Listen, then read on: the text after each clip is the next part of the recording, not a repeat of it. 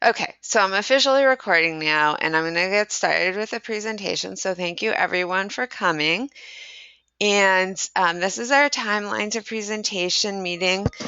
Basically, for this meeting, um, this is some of the more nuts and bolts of applying. So giving you the timeline. Number one timeline, if you are looking to qualify for a committee letter, which most of you guys will be looking to do. The only people who are probably thinking, well, a committee letter may not be in my best interest, is if you've graduated more than like 3 years ago. At that point, you may have enough experience that you feel like the package of letters that we require isn't the best picture of who you are as an applicant, and you may decide, well, I do still want a couple faculty letters, but I'd really rather choose who the letters are coming from. And that's a conversation that you can have either with myself or Dr. Begley.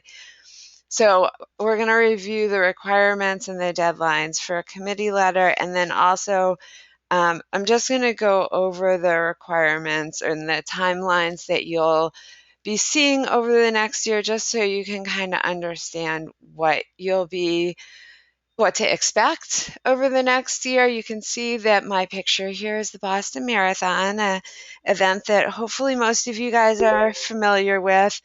But just so that you're aware, it is a really long timeline. Um, right now you're just at the start of the timeline. So here we are. Oh, let me just see if this moves. Okay. So just to be aware that, right now you want to pace yourself in a marathon. Right now it's just October, November. You're at the start line here. You got to realize that, you're looking at a year and 8 months until matriculation. So you really got to make sure that you understand that it is a long haul. It's well worth it in the end, but submitting the application is not the end. So it's just important to kind of keep that framework in mind. So right now, October, November, your big kind of things that you want to be thinking about: self-assessment, making sure that, this is definitely the best time to apply. I'll be putting the foundation meetings up online, and I'm going to do a online virtual foundation meeting. I probably will try and do GoToMeeting if this works well, because although I might do Google Hangouts and just have smaller groups and have them be groups that are 9 or smaller, we'll have to see how that works. But those will be things that you sign up for. And then if you want to do an individual appointment, if you're not in the Boston area, you're more than welcome to sign up for a Skype appointment with me. So as we all know, getting into medical school is difficult. And so really what you want to be thinking about at this point is, you want to make sure that you're taking advantage of every single possible thing that you can take advantage of. And one of the things that you want to take advantage of is applying on the right timeline for you. So making sure that, you have a significant amount of research experience, clinical experience, that you feel like you're going to have good letters and a letter from an MD. So all of these things, I mean, obviously, every year you're going to have more experience. You're not going to wait until you're 50 to keep accumulating experience. So you want to kind of balance out the time that you're going to be spending getting these experiences and how much each year is going to add to your experiences. So you don't want to be waiting another year just to wait another year. You want to be really thoughtful about the process. And that, again, is something your self-assessment is really good for. If you're filling out your self-assessment and you're thinking, oh, well, I don't really have anything to put in this clinical area, that's going to be something that's a concern for you. So that's October, November.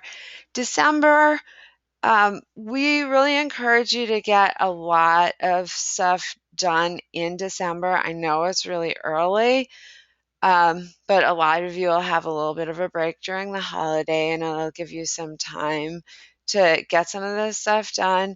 So the applicant agreement you'll find online on the PreHealth website, and I'll go over where that is in just a couple minutes. That'll just take you a couple minutes to complete. What's really important is that you write down all the deadlines from the applicant agreement, because the applicant agreement tells you when things are due in order to qualify for the committee letter. And then in conjunction with that, a personal timeline calendar for yourself. So you put all those deadlines on there so you know when things are going to be due and you're not missing a deadline. MedApp does need to be completed before you request your committee letter interview, and I really strongly encourage you to use that sort of downtime if you're not studying for your MCAT or your DAT or for a different entrance exam in December, to really update your MedApp account. We do require it to all be completed, the grades, the 3 essays, all of your experiences, and we really look at this information when we're putting together your committee letter, and you'll look at this information when you're putting together your application. So again, this is really important for you when you're filling out your application, and it's really important for us in putting together a really solid committee letter. The same with the self-assessment. We're requiring everybody to submit a completed copy of your self-assessment to us. And again, when we complete your committee letter, when we do the writing part of your committee letter, what we'll do is we'll have a copy of your application, a copy of your self-assessment, all of your MedApp information, including your 3 essays and all the other activities that you've put in there. And we use that to get a picture of who you are as an applicant. And from that picture, we look at what have your reviewers written in their letters, what have you put on your application, and kind of think about how do we tie this all, all of you, who you are, together in your committee letter. Is there anything that we think is really important that hasn't been talked about yet? And make sure to talk to that in your committee letter. And we can only talk about things that we know about. So it's really important that you give us all the information possible. So obviously you spend a lot of time doing really amazing things. It's really important to take this last step and make sure that first, the PreHealth office knows about that, all the stuff that you've done, and second, that wherever you're applying knows about everything that you've done in the format that they're interested in hearing about it. December is a good time to start having preliminary conversations with your evaluators. With that, though, you really want to check with me or Dr. Begley about those evaluators before you start asking them. And that's just because we want to make sure that you don't make any mistakes in who you're asking. Normally, people put together a group of recommenders and they put together a really good package of people who they're asking. So that's 3 faculty, 2 science, and then 1 additional.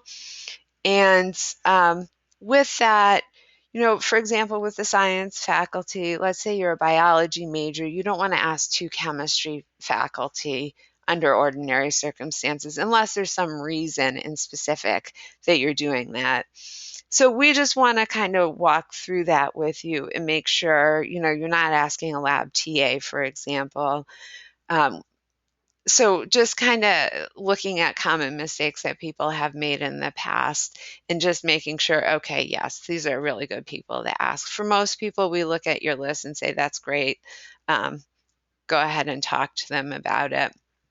We'll have a workshop on personal statements, and we'll talk a little bit more about personal statements. It does take a little while to write a good personal statement.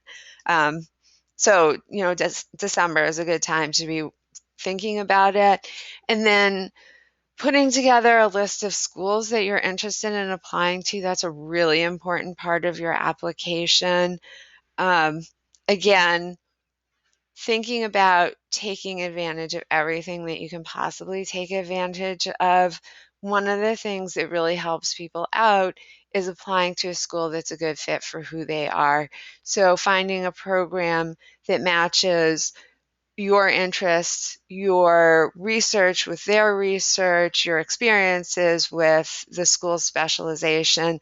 So being able to articulate why are you interested in this school in particular, and taking GPA, MCAT, or GAT, or whatever entrance exam you're taking, and geography out of the mix for most of the schools that you're applying to. So obviously, if you're from Massachusetts, you're going to apply to UMass.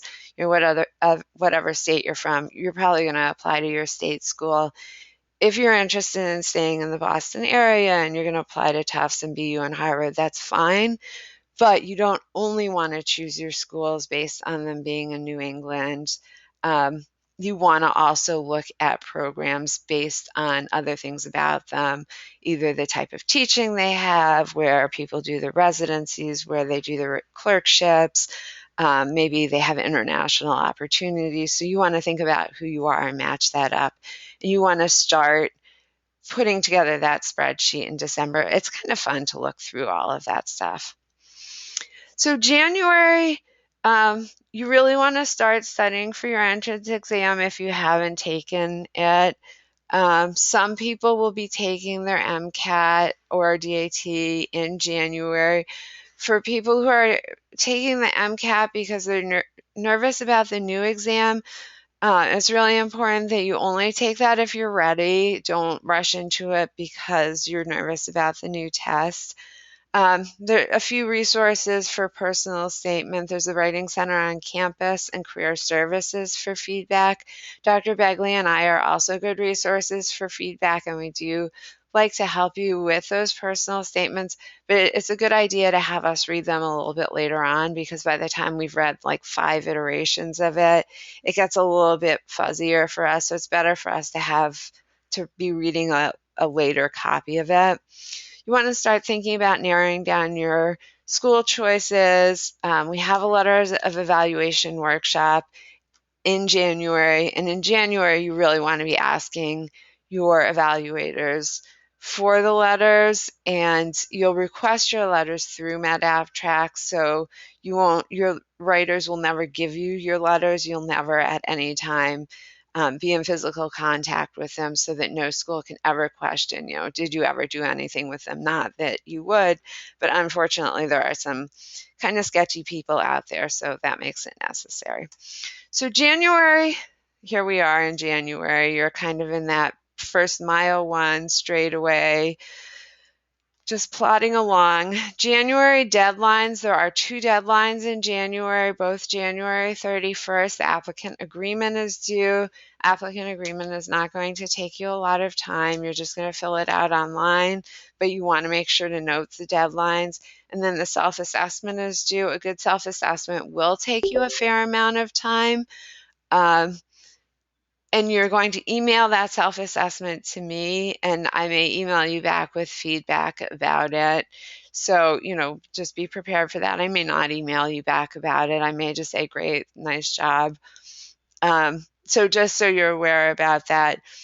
The self-assessment, the better job that you do on it, the more prepared you're going to be for your application, for your interviews, and also the more we're going to be able to write about you in your committee letter, because the more information that we'll have. All right, February. So February is actually when we start doing or when you can start requesting a committee letter interview. You can only request a committee letter interview when all of these 3 things are done. All of your letters are in MedAppTrack, and when you request a letter, you'll request it through MedAppTrack. The letter will come to me, and then when I receive a letter, it's important to know that I receive the letter, I read every single letter just to make sure that the recommenders haven't made any mistakes. Sometimes they'll use a form letter and they'll forget to change he to she, for example, or they'll get somebody's name wrong. It happens very rarely, but obviously we just want to make sure that it doesn't happen to you. So your letter may come in on a Monday and it may not be logged as being in until Wednesday or Thursday or something like that. And that's just because I'm going through and reading all the letters and making sure that there aren't any problems with them. In January, people sometimes get the date wrong. They put 2014 instead of 2015. And so if somebody makes an error, I'll email the evaluator back and say, oh, do you mind just fixing this? And they're usually happy to do it, but I won't get in touch with you about it. So if it's taking a little while for your letter to come in, you should just be aware that that could be what, that's what's going on. Once all of your letters are logged in MedAppTrack, your MedAppTrack account is filled out completely and your personal statement is in MedAppTrack, you can request your committee letter interview, and you request that committee letter interview through MedAppTrack, and you'll include 3 dates that are good dates that you can come in and meet. So this is a rather overwhelming sheet of all the things that you need to do in MedAppTrack if you're planning, before you can request your committee letter interview. It's a lot of stuff that you need to get done. Some of it won't take you a lot of time. Some of it will take you a little bit longer. So you'll list your top 10 schools. It's not a binding list by any means, but during the committee letter interview, we just like to talk to people and just talk about, why are you thinking about these particular schools? And just kind of get an assessment of, is this a good group of schools? Do you maybe need to add maybe 1 or 2 more kind of safety schools? Are you applying to all state schools and you're not an in-state resident? So just to make sure that you're applying to a good range of programs. It's important also to be aware that if you're applying MD and DO, that you have all the requirements for MD programs and for DO programs. So you need an essay for each field. There's obviously going to be a lot of overlap in them. MD essays allow more characters than DO essays. And so there's definitely going to have to be some difference with that. And also, if you're applying MD and DO, you need a letter from an MD and a letter from a DO.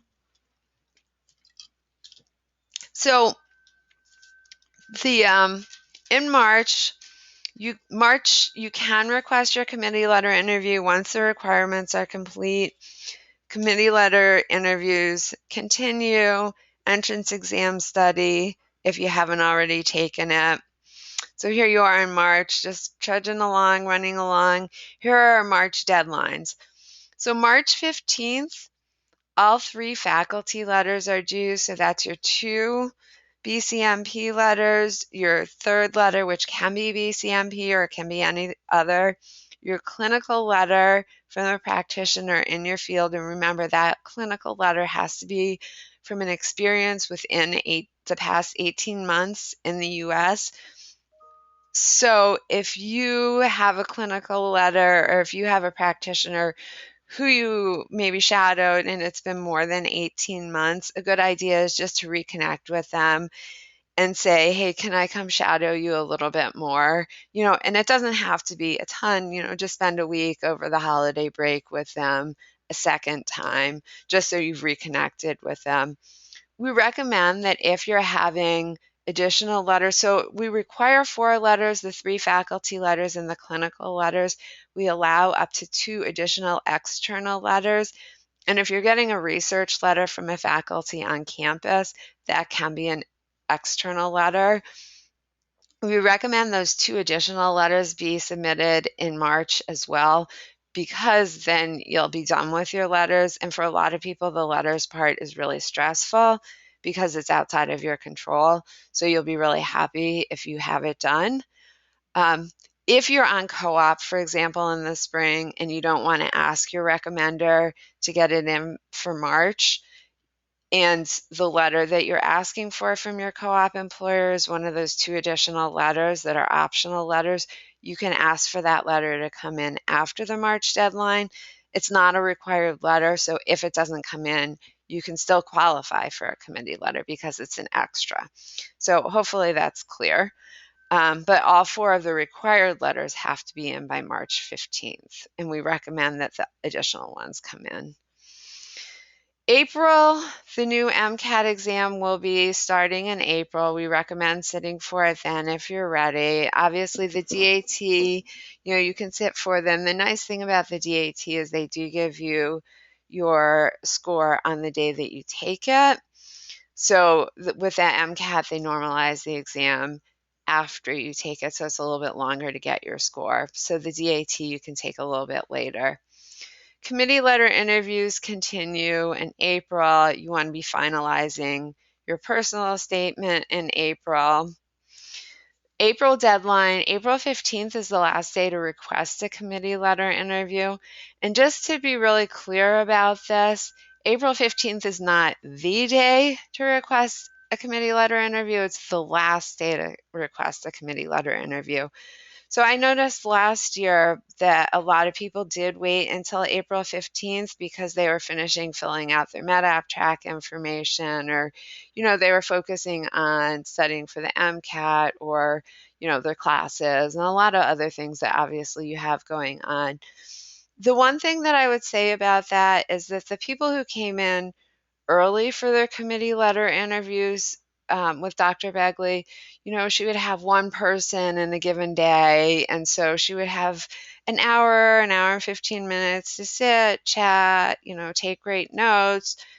That person would be the only person that she talked to that day. So she would have a really great memory of everything that she talked with you about on that day. As she got further and further along, she was having to schedule more and more people because people were waiting until April 15th.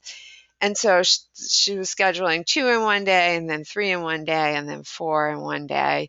And so if you're one of 4 people that she's having in one day and she's talking to 4 people in a row, your interview is going to be a little bit shorter. So they were like 45, 50 minutes instead of an hour and 15 minutes. And, you're one of 4 people, so you can all kind of see how it's better to be the one person that she talks to in a day. So getting everything done early, requesting your interview early, and interviewing early is really to your advantage. And again, this kind of goes to the point of you want to take every single possible advantage that you can in order to be the best applicant that you can. Does she write a wonderful letter for everyone who she interviews on those, the days that she talks to 4 people? Of course she does. But do you get a little boost by talking to her on a day that you're the only person? It probably doesn't hurt. So try and take advantage of that and try and request your interview as early as possible, particularly for people who are going to graduate and going to be leaving after graduation. You really want to make sure that you get a date before you leave so you can interview in person. Of course, she does Skype interviews and phone interviews. It's not a problem if you're not in town. But again, it's just nicer to be in person. Okay. First week of May, applications become available to fill out. You really want to set aside a couple days to input the information. One of the things that you're going to need to do is input all of your grades from your official transcript. So this isn't on here, although I should probably put it on here. You're going to want to request an official copy of your transcript so that the schools want you to put your grades on as it appears on your transcript. And the easiest way to do that is just have an official copy of your transcript. So you want to request an official copy of your transcript so you have it to put all your grades on there. When you put together your application, it just takes a lot of time because you want to make sure there are no typos, you've got everything in exactly correct. So just set aside a couple days to do that. If you haven't taken your admissions exam, make sure that you do that.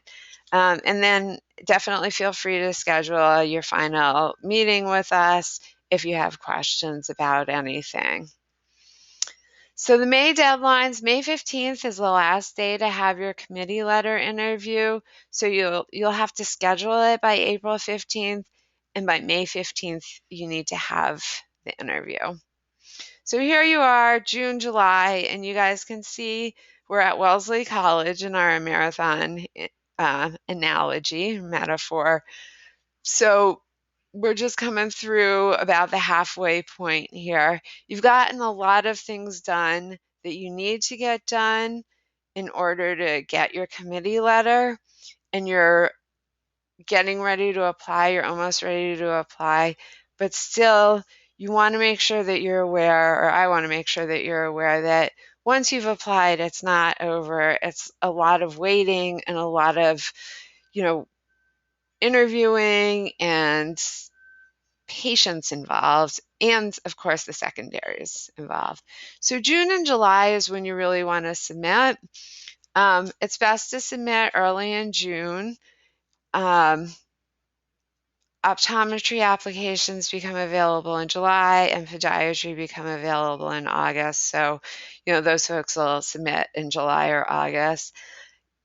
The sooner you submit your application, the sooner it's verified. And once it's verified, there is a release date that it gets sent to the schools. So all of the applications are sent on one day to the schools. Typically, it's towards the end of June. For MD programs, it's going to be in the beginning of July next year because of the new MCAT exam. I don't know what the dates are for the dental and for osteopathic programs. They don't announce them quite as transparently. But anyway, what you want to make sure is that your application is in the queue to be verified, so that you're in that first batch of application that go out to the school when applications are released. The final deadline that the pre-health office does have is July 31st as the last day to submit. So if you want to get a committee letter, you need to submit your application by July 31st, except podiatry, because the applications don't become available until August 1st. Once you submit your application, you'll need to download a PDF copy of it and email that to us, because we do use that applications when we're putting together your committee letter, and that's something that we'll remind you about again. So here are some things that you'll want to be thinking about for July, and just to kind of keep in the back of your head. Once your application has been verified, you want to go back and look at it and confirm changes. So somebody at AAMC, ADSAS, which is the dental organization, so the application processing services, will look at what you put on your application for your grades and your official transcript. They may make changes, and for most people, they do actually kind of wind up making a change or two, saying you categorize this as a science grade. It's not really a science grade. We're changing this to social science. They're not going to hold up your application for that. They're just going to change it, and they're going to calculate your GPA based on what they've said. Usually what they say, you're going to be like, oh, okay. But you just want to confirm any changes that they've made and make sure that you're comfortable with them. If there's anything that you want to challenge, you need to do that within 2 weeks. There's almost never anything that you want to challenge, but the people who do this are human, and they can upon occasion make an error. So you just want to make sure that if an error has been made, you're right on top of it. And that's another reason that you want to submit early, because if an error is made, you just want to make sure that you correct that as soon as possible. Then, of course, there's the secondary applications. And the thing that you need to be thinking about right now, you need to set aside both time and money in July or August to be completing those secondary applications. So for a lot of people, the secondary applications, especially for MD and DO programs, will come in a big batch. Dental schools kind of have their own process, so sometimes they just ask you for the money, and they don't actually have you do the secondary applications. They may have you fill out the secondary application when they have you come for an interview, just kind of because they want to see how you write, and they want to know that you actually wrote your essay. So it depends on the dental school. But for the MD programs and the DO programs, a lot of them will want you to write some additional essays, some of them up to 4 essays. So you can imagine if you've applied to 15 schools and you get 10 secondaries in the same week, That's a lot of essays to be writing. So you really want to have a lot of time to be writing those. And you really also, you want to be really mindful about how many schools you apply to, because it can get really confusing when you're writing all those essays. And the last thing in the world you want to do is be writing your essay and, put on your Tufts secondary application, I really want to go to BU because blah, blah, blah, because that's really going to not impress Tufts.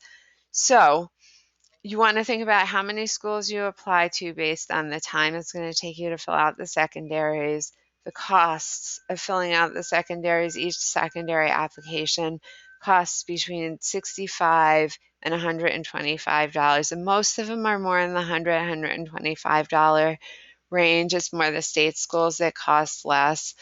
And then the amount of time that it'll take to fill out the essays. The average number of schools for MD applicants is about 15 plus or minus, a half a dozen.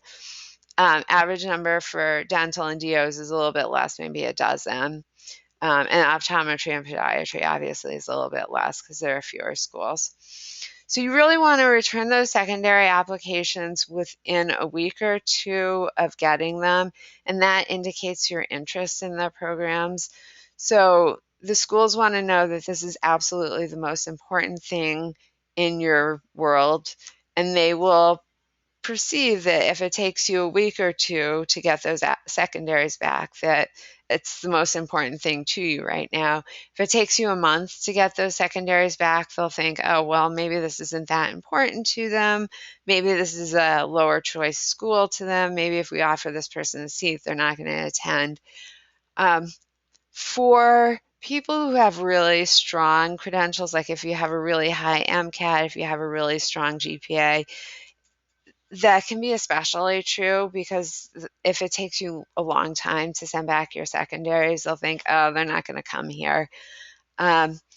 So you really want to make sure to get them back fast, within a week or two fast. So the money piece is really key. You really want to make sure that you're able to pay for them.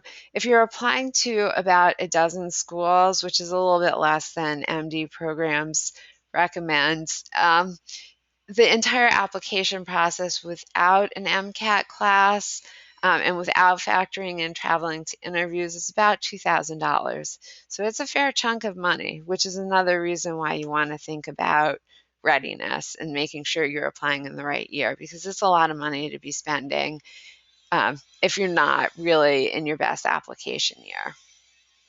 All right, so here you are, you're on Heartbreak Hill now, you're coming into a little bit more of the home stretch, right? You filled out your secondaries.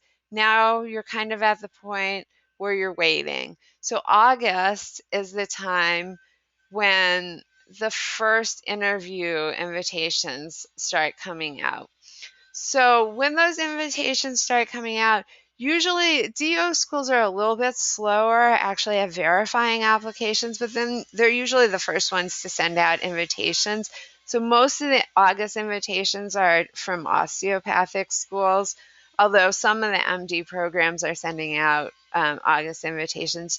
Dental tends to be more September that they start. So if you are invited for an interview, first be really happy. Make sure to respond promptly to the invitations. Don't schedule your interviews too close together unless it's like, oh, I'm going to fly out to California and I only want to fly out there once, so I'm going to schedule the interviews close together for that purpose. But otherwise, pace yourself on the interviews because they can be really stressful and tiring. Even if you're going to schedule your interview a little bit further further out, you still want to show that enthusiasm of scheduling it right away, just to show, okay, I'm really excited about interviewing here. Interviews typically begin around September. Osteopathic schools actually do start sending out some of their first acceptances in September. They do have some programs where at the end of the interview, you can say, okay, I'd like to know early, like within a month, if you're going to accept me. With the osteopathic programs, they want a really large deposit. So they want usually about $1,500 non-refundable deposit if they accept you to hold your spot. And they typically want that in September, they typically want that within a month. So if you interview at a school and it's a top choice school for you, it's probably worth spending that $1,500 and saying, okay, I know I'm in, I know I've got a spot. And then you can look at other programs that you've applied to and anything that you're saying, well, okay, I'm into X school, I'm not even going to go to these other schools. You can contact those schools and withdraw your application. And then you'll know, okay, I don't have to go to interviews. I'm not flying anywhere for interviews because that can get really expensive. So you can easily save yourself that $1,500 deposit um, by getting accepted at a school. If the school's lower on your list, then you may have to do a little bit of thinking, like, is it really worth it to me to get the acceptances here? And again, ongoing interviews continue in September. Interview invitations keep going out in October. The first day the MD programs will send out acceptances is October 15th. So if you are invited for an interview for an MD program, you may want to try and schedule it before October 15th.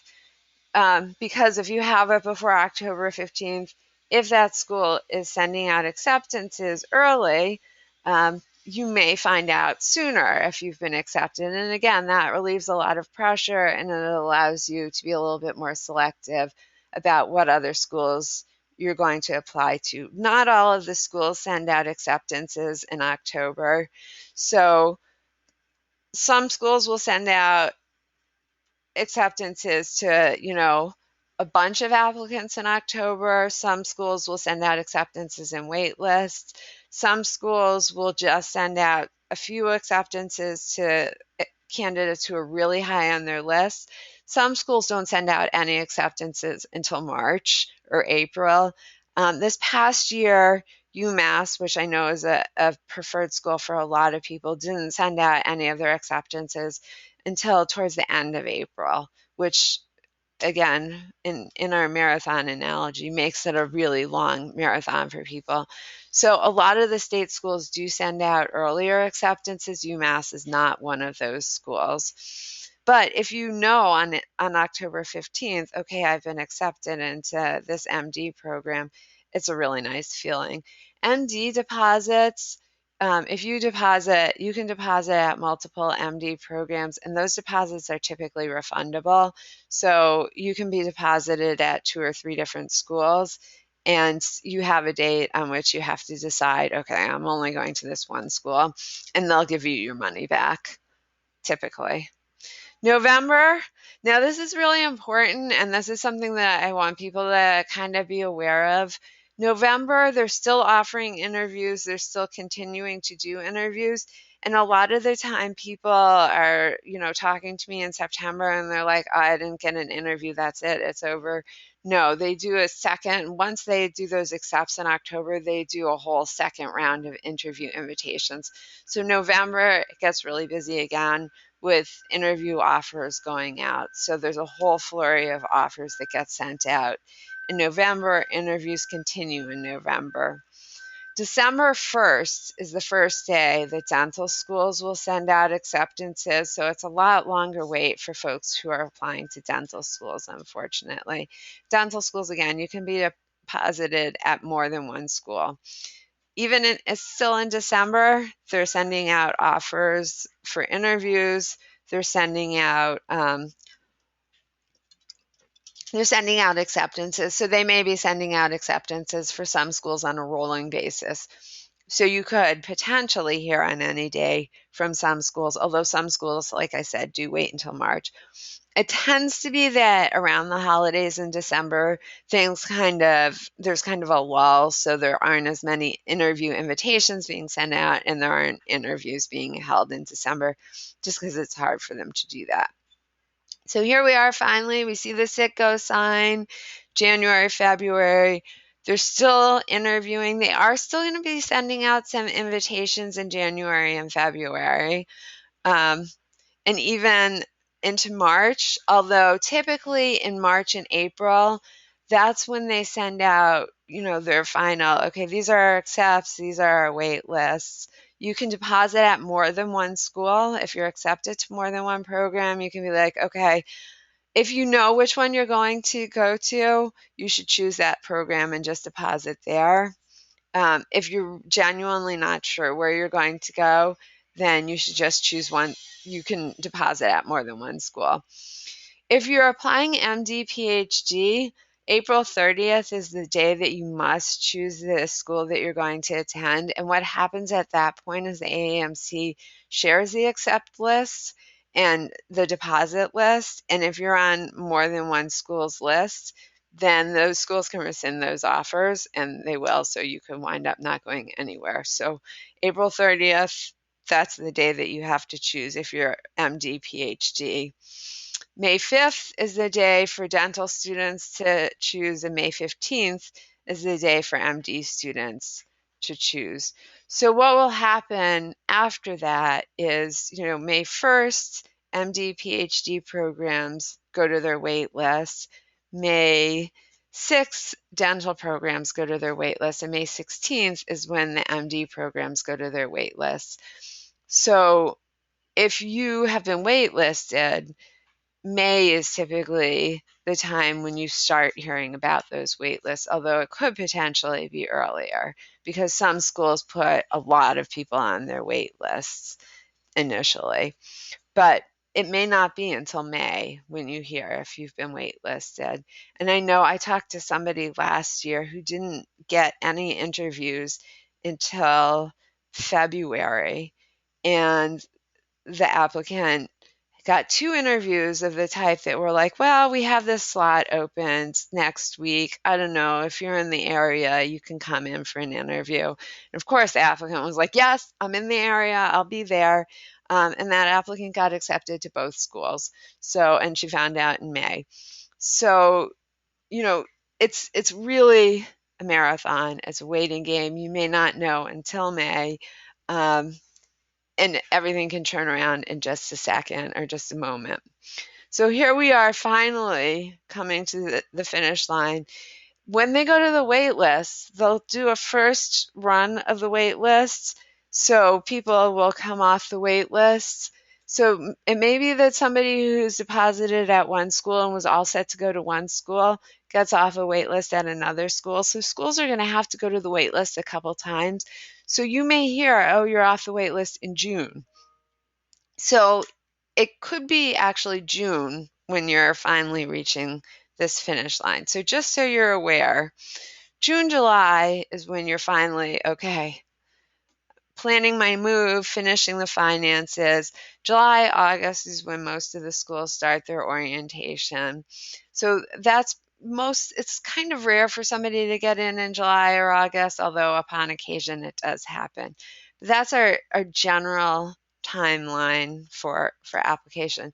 So I'm going to turn on the speaker, unmute the speaker if people have questions. Let's see. I don't know if anybody has questions that they want to ask. Anyone?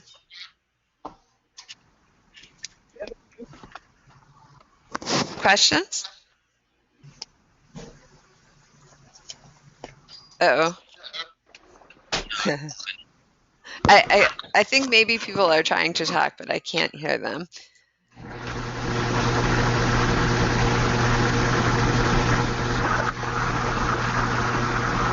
Uh-oh.